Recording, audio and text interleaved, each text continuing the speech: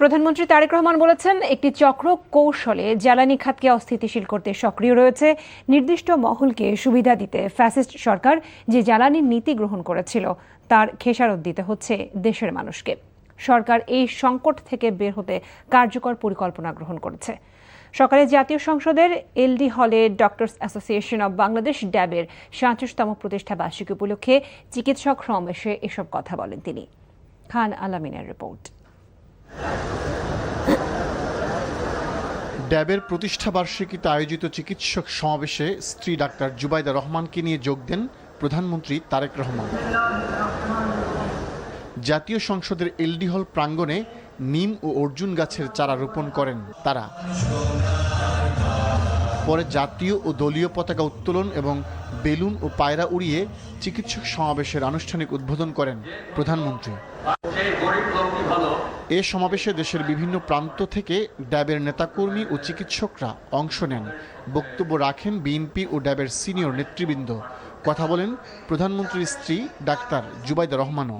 ভবিষ্যতেও চিকিৎসকদের কল্যাণ, স্বাস্থ্যসেবার মানোন্নয়ন এবং মানুষের পাশে দাঁড়ানোর ক্ষেত্রে গুরুত্বপূর্ণ ভূমিকা পালন করবে। প্রধানমন্ত্রী তারেক রহমান পেশাজীবীদের রাজনীতি করার অধিকারের প্রতি নিজের অবস্থান ব্যক্ত করে বলেন, রাজনৈতিক সম্পৃক্ততা যেন পেশাগত জীবনে বিঘ্ন না ঘটায় সে বিষয়ে সতর্ক থাকতে হবে। একটি গণতান্ত্রিক রাষ্ট্রে যেহেতু রাজনৈতিক সিদ্ধান্ত প্রায় সকল কাজকে প্রভাবিত করে, সেহেতু শিক্ষার্থী, শিক্ষক কিংবা পেশাজীবী সবাই যার যার মতাদর্শ অনুসারে রাজনৈতিকভাবে সুসংগঠিত থাকবেন বা সচেতন থাকবেন, এটা অযৌক্তিক কোনো বিষয় নয়। তবে রাজনৈতিক সম্পৃক্ততা যেন নিজেদের পেশাগত দায়িত্ব পালনে বিঘ্ন না ঘটায় বা বিঘ্ন ঘটার কারণ না হয়, সেটি হচ্ছে মোস্ট ইম্পর্টেন্ট। স্বাস্থ্য, শিক্ষাসহ অন্যান্য খাতের মতো জ্বালানি খাতকেও ফ্যাসিস্ট সরকার ভঙ্গুর অবস্থায় রেখে গেছে বলে জানান প্রধানমন্ত্রী। সামগ্রিকভাবে জ্বালানি খাতে অপরিকল্পিতভাবে প্ল্যান প্রোগ্রামগুলো গ্রহণ করা হয়েছিল, অথবা বিগত দিনগুলোতে কোনো নির্দিষ্ট মহলকে সুবিধা পাইয়ে দেওয়ার জন্য যে সকল নীতি গ্রহণ করা হয়েছিল তার খেসারত সমগ্র দেশের মানুষ এবং বর্তমান সরকারকে বহন করতে হচ্ছে। সরকার প্রধান বলেন, ফ্যাসিবাদের সুবিধাভোগী একটি চক্র জ্বালানি খাতকে অস্থিতিশীল করতে সক্রিয় রয়েছে। রাষ্ট্র, রাজনীতি, শাসন, প্রশাসনে ফ্যাসিবাদের সুবিধাভোগীরা কিন্তু বসে নেই। সাম্প্রতিক সময় আপনারা নিশ্চয়ই খেয়াল করেছেন, একটি চক্র খুব সুকৌশলে জ্বালানি কিংবা বিদ্যুৎ সেক্টরকে অস্থিতিশীল করার জন্য বেশ সক্রিয়। তারা বিভিন্নভাবে বিভিন্ন বিভ্রান্তিকর বক্তব্য উপস্থাপন করছে। সরকার কিন্তু একবারও অস্বীকার করেনি যে বাংলাদেশের বহু মানুষ এই মুহূর্তে বিদ্যুৎ ও গ্যাস সংক্রান্ত বিষয় অনেক কষ্ট ভোগ করছে।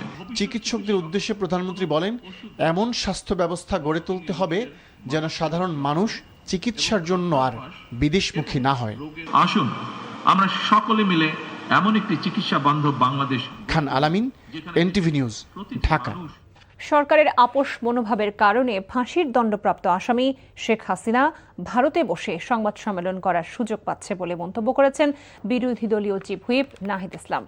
সকালে জুলাই গণঅভ্যুত্থান স্মৃতি জাদুঘর পরিদর্শনে গিয়ে তিনি এমন মন্তব্য করেন। এ সময় তিনি জুলাই জাদুঘরকে কোনো দলীয় জাদুঘর না করার আহ্বান জানান। এছাড়া জাদুঘরে শহীদ আবু সাঈদের ছবি না থাকায় ক্ষোভ প্রকাশ করেন তিনি। এ নিয়ে দেখুন ওবায়দুল্লাহ মামুনের রিপোর্ট। সকাল ৯টায় এনসিপির আহ্বায়ক নাহিদ ইসলামের নেতৃত্বে জুলাই গণঅভ্যুত্থান স্মৃতি জাদুঘর পরিদর্শনে যায় দলটির প্রতিনিধি দল। এ সময় তারা জাদুঘরের বিভিন্ন গুরুত্বপূর্ণ কক্ষ ও শেখ হাসিনার বিভিন্ন নথিপত্র পরিদর্শন করেন। প্রায় ঘণ্টা দুয়েক পরিদর্শন শেষে গণমাধ্যমের সাথে কথা বলেন এনসিপির আহ্বায়ক ও বিরোধী দলীয় চিফ হুইপ নাহিদ ইসলাম। বলেন, জুলাই স্মৃতি জাদুঘরে অনেক গুরুত্বপূর্ণ স্থাপনা ও নিদর্শন সরিয়ে ফেলা হয়েছে। কিছু পরিবর্তন আমরা দেখতে পেয়েছি যে এই সরকার এসে পরিবর্তন করেছে, এবং বিশেষত আমরা বলবো যে এখানে সীমান্ত হত্যার একটা সেগমেন্ট ছিল।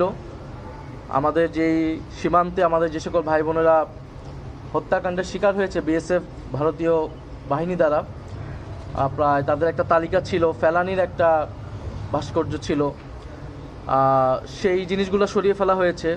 এছাড়া জুলাই গণঅভ্যুত্থান স্মৃতি জাদুঘর যেন কোনো রাজনৈতিক দলের জাদুঘরে পরিণত না হয় সেদিকে সরকারের দৃষ্টি আকর্ষণ করেন বিরোধী দলীয় হুইপ। গত 16 বছরে বাংলাদেশে ফ্যাসিবাদের পেছনে ভারতের নীলনকশা থাকলেও জুলাই জাদুঘরে এ ধরনের কোনো কিছুর নিদর্শন না থাকায় ক্ষোভ জানান নাহিদ ইসলাম।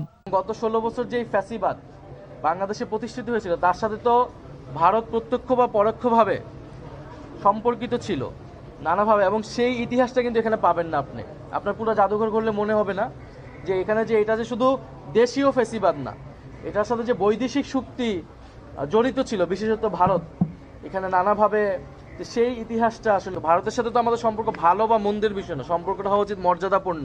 ফলে এখানে আপোষের আসলে কোনো সুযোগ নেই। আপোষ করে আমরা বাংলাদেশের স্বাধীনতা, সার্বভৌমত্ব এবং গণতন্ত্র রক্ষা করতে পারবো না।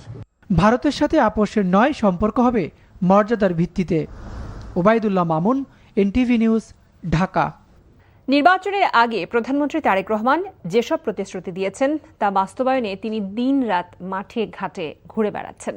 কোনো গাফিলতি পেলে জড়িতদের বিরুদ্ধে কঠোর ব্যবস্থা নিচ্ছেন। সকালে ঢাকা রিপোর্টার্স ইউনিটিতে প্রধানমন্ত্রী তারেক রহমানের 5 মাসের উন্নয়ন যাত্রা নামক বইয়ের মোড়ক উন্মোচন অনুষ্ঠানে এসব কথা বলেন বিএনপির সিনিয়র যুগ্ম মহাসচিব রুহুল কবির রিজভী। বলেন, প্রধানমন্ত্রী তার কথার মাধ্যমে জনগণকে উদ্বুদ্ধ করছেন, প্রতিশ্রুতি বাস্তবায়নকারীদের করছেন অনুপ্রাণিত। রিজভী বলেন, যারা সরকারকে কাজ করতে নানাভাবে বাধাগ্রস্ত করছে তাদের সম্মিলিত প্রচেষ্টা ব্যর্থ হবে যদি প্রধানমন্ত্রীর কাজ সবার কাছে পৌঁছে দেয়া যায়।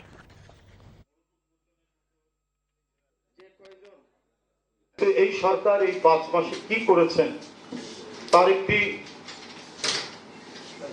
পরিসংখ্যান সহ কিছু ঘটনাগুলি এইটাতে তুলে ধরেছেন নাজমুল হাসান সাহেব।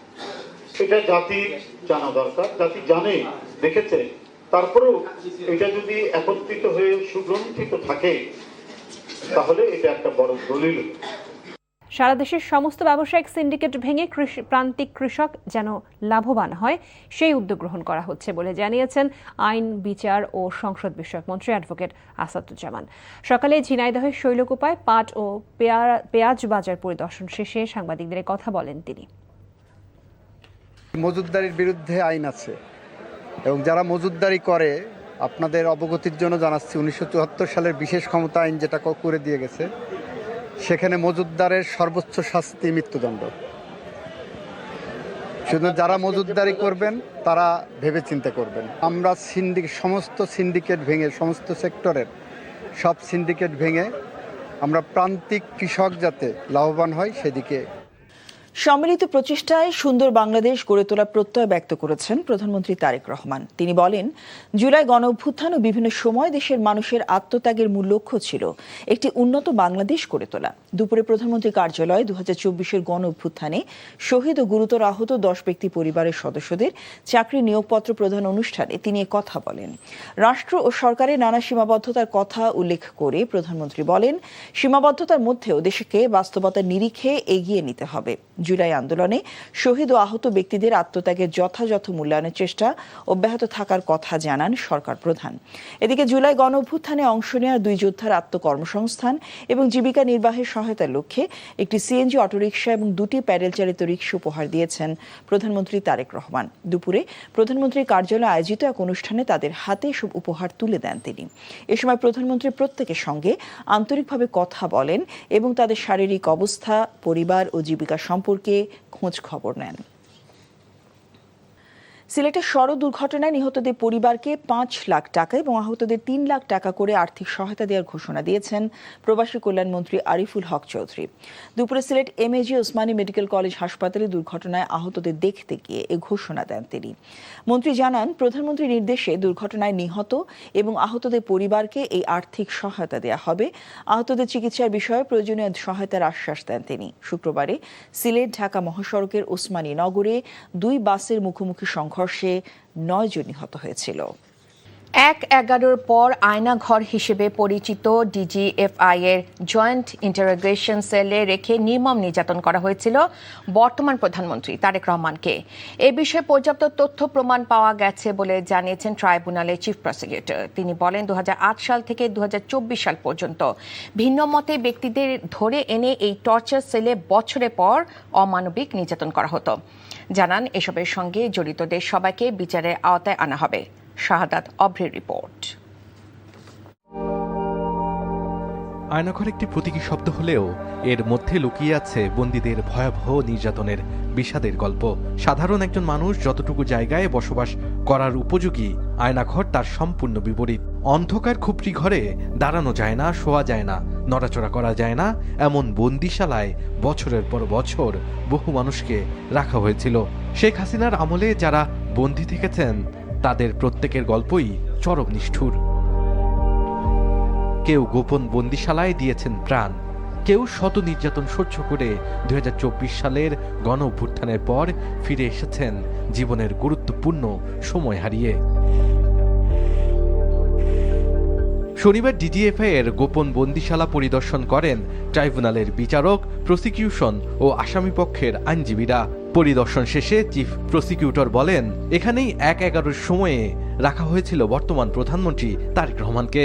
আজকে যে জেআইসিটি, এখানে কিন্তু আমাদের ব্রিগেডিয়ার আজমি সহ অনেক বন্দীদেরকে এই জেআইসিতে রাখা হয়েছে। দিনের পর দিন তাদের উপর অত্যাচার নির্যাতন করা হয়েছে। আরও একটি বিষয় দেখবেন, 1/11 সময় আজকের মাননীয় প্রধানমন্ত্রী আমাদের অহংকার জনাব তারেক রহমানকে আজকের যে জেআইসি সেলটি আমরা পরিদর্শন করেছি তারই কোনো একটি কামরায় তাকেও কিন্তু সেখানে আনা হয়েছে, তার উপরে নির্যাতন করা হয়েছিল। শুধু তারেক রহমানই নন, হুম্মাম কাদের চৌধুরী, ব্রিগেডিয়ার জেনারেল আজমি সহ অসংখ্য মানুষকে সেখানে বন্দী রাখা হয়েছিল বলে অভিযোগ করেন চিফ প্রসিকিউটর। তিনি বলেন, এই মানবতা বিরোধী অপরাধের সাথে যারা জড়িত তাদের সবাইকে বিচারের আওতায় আনা হবে। বাংলাদেশের কোনো নাগরিক যদি কোনো অপরাধ করে থাকে তাকে অবশ্যই আইনের আওতায় আনতে হবে এবং তাকে বিচারের সম্মুখীন করতে হবে। কিন্তু এক্সট্রা জুডিশিয়াল কোনো কিলিংয়ের শিকার যাতে কোনো নাগরিক না হয়, কেউ যাতে এইভাবে কোনো আইনশৃঙ্খলা বাহিনী দ্বারা অহেতুক হয়রানির শিকার না হয়, কেউ যেন এই বন্দিশালায় দিনের পর দিন, মাসের পর মাস যাতে কেউ হয়রানির শিকার না হয়। এর আগে 1 আগস্ট র্যাবের টিএফআই সেল পরিদর্শন করেন আন্তর্জাতিক অপরাধ ট্রাইব্যুনালের বিচারক ও প্রসিকিউশন টিম। সেখানে 29টি খুপড়ি ঘরের অস্তিত্ব পাওয়া যায়।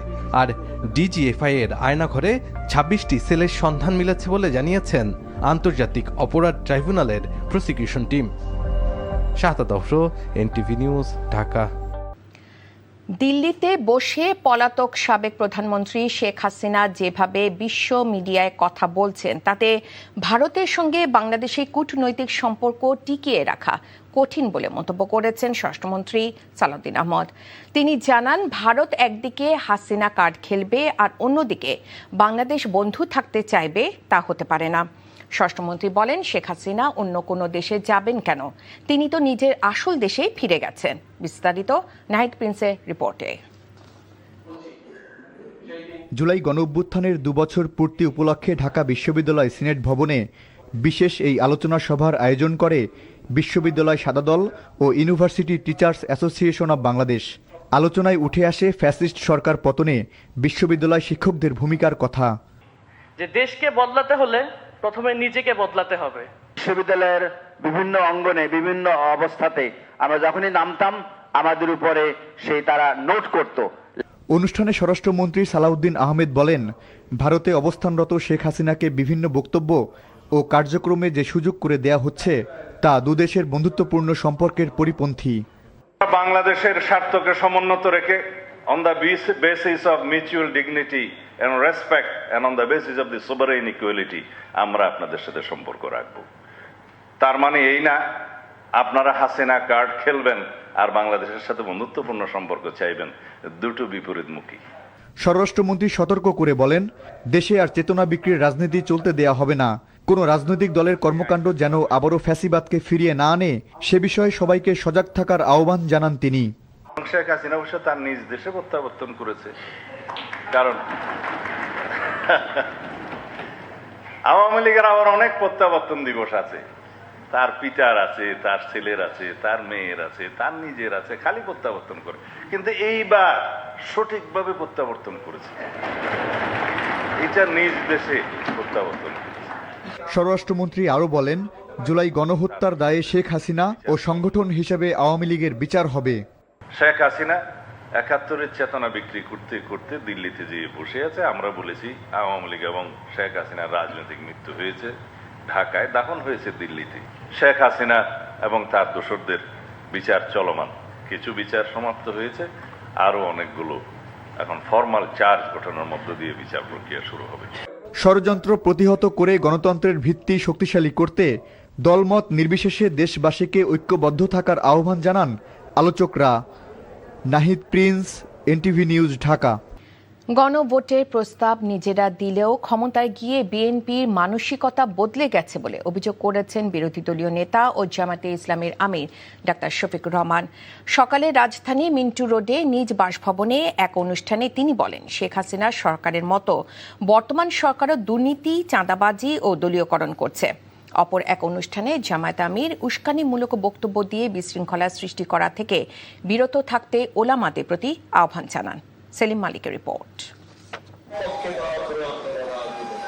জুলাই গণ অভ্যুত্থানের দ্বিতীয় বর্ষপূর্তি উপলক্ষে রাজধানীর মিন্টু রোডে বিরোধী দলীয় নেতার সরকারি বাসভবনে আলোকচিত্র প্রদর্শনী ঘুরে দেখেন ঢাকায় নিযুক্ত বিদেশি রাষ্ট্রদূতেরা। এ সময় জামায়াতে ইসলামীর আমির বলেন, ক্ষমতায় গিয়েই বদলে গেছে বিএনপি। এই নির্বাচন হলো, যে কায়দায় হোক তারা গেলেন ক্ষমতায়, ভোটার পেয়ে গেলেন, এবার তাদের মানসিকতা বদলে গেল।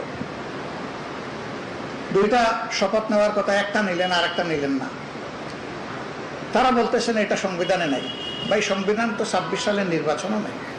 শেখ হাসিনার আমলের চেয়েও দেশের দুর্নীতি ও দলীয়করণ বেড়েছে বলেও অভিযোগ করেন তিনি। আমরা পুরানা বন্দোবস্তের বাইরে সরকারের কোনো কিছুই দেখতে পাচ্ছি না। কি দেখছি? কয়েকটা কার্ড বিতরণ দেখেছি, তাও নিজস্ব লোকদের মধ্যেই ম্যাক্সিমাম। এ নিয়েও আবার বিভিন্ন ধরনের কথা আছে। কিন্তু সেই চাঁদাবাজি আগের চাইতে বেশি, সেই দুর্নীতি আগের চাইতে বেশি, সেই দলীয়করণ আগের চেয়ে বেশি। এর জন্য কি এতগুলা জীবন জ্বলল? এতগুলা মানুষ পঙ্গু হলো? পরে কাকরাইলের আইডিইবি ভবনে জামায়াতে ইসলামীর কেন্দ্রীয় ওলামা বিভাগ আয়োজিত সম্মেলনে ডাক্তার শফিকুর রহমান বলেন, উত্তেজনা এড়াতে বক্তব্যে উস্কানি পরিহার করতে হবে। আমাদের ধৈর্যের মাত্রা অনেক বাড়াতে হবে এবং তাদের জন্য আল্লাহর দরবারে দোয়া করতে হবে। তাদের কথায়ও যদি কোনো সারবস্তু থাকে সেটা নিতে হবে, আর যদি না থাকে তাহলে বিনয়ের আচরণ তাদের সাথে করতে হবে। কিন্তু উদ্ধত্ত, অহংকার এগুলা প্রতিপক্ষকে আরো শক্ত করে তোলে। আপনারা করেন না, আলহামদুলিল্লাহ। সমাজে হক কথা বলতে গিয়ে কাউকে পরিহাস না করার পরামর্শ দেন জামাত আমির। সেলিম মালিক, এনটিভি নিউজ, ঢাকা।